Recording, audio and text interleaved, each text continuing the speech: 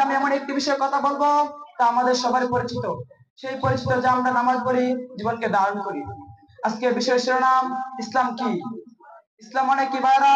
ইসলাম মানে আত্মসম্পন্ন, শান্তি, নিরাপত্তা। ইসলাম মানে জীবনের সবকিছু আল্লাহর হুকুম অনুযায়ী পরিচালিত করা। কেউ যদি বলে ইসলাম কেবল নামাজ রোজা, তাহলে সে ভুল পথে আছে। ইসলাম শুধু ইবাদতের নাম নয়, ইসলাম পুরো জীবনকে ইসলাম পুরো জীবনকে আল্লাহ তাআলার নামে ধ্বংস করে দাও। কোরআনে আল্লাহ তাআলা বলেন, আল্লাহ তাআলার কাছে একমাত্র গ্রহণযোগ্য দ্বীন হলো ইসলাম।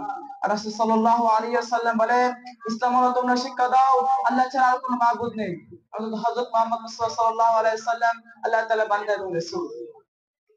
প্রিয় ভাইরা, ইসলাম একমাত্র জীবন অবস্থা যে মানুষের জন্ম থেকে মৃত্যু পর্যন্ত পথ দেখায়। ইসলাম বলে কিভাবে খাবে, কিভাবে ঘুমাবে, কিভাবে নামাজ পড়বে, কিভাবে ব্যবসা করবে, কিভাবে বিয়ে করবে, সবকিছুতে ইসলাম আছে।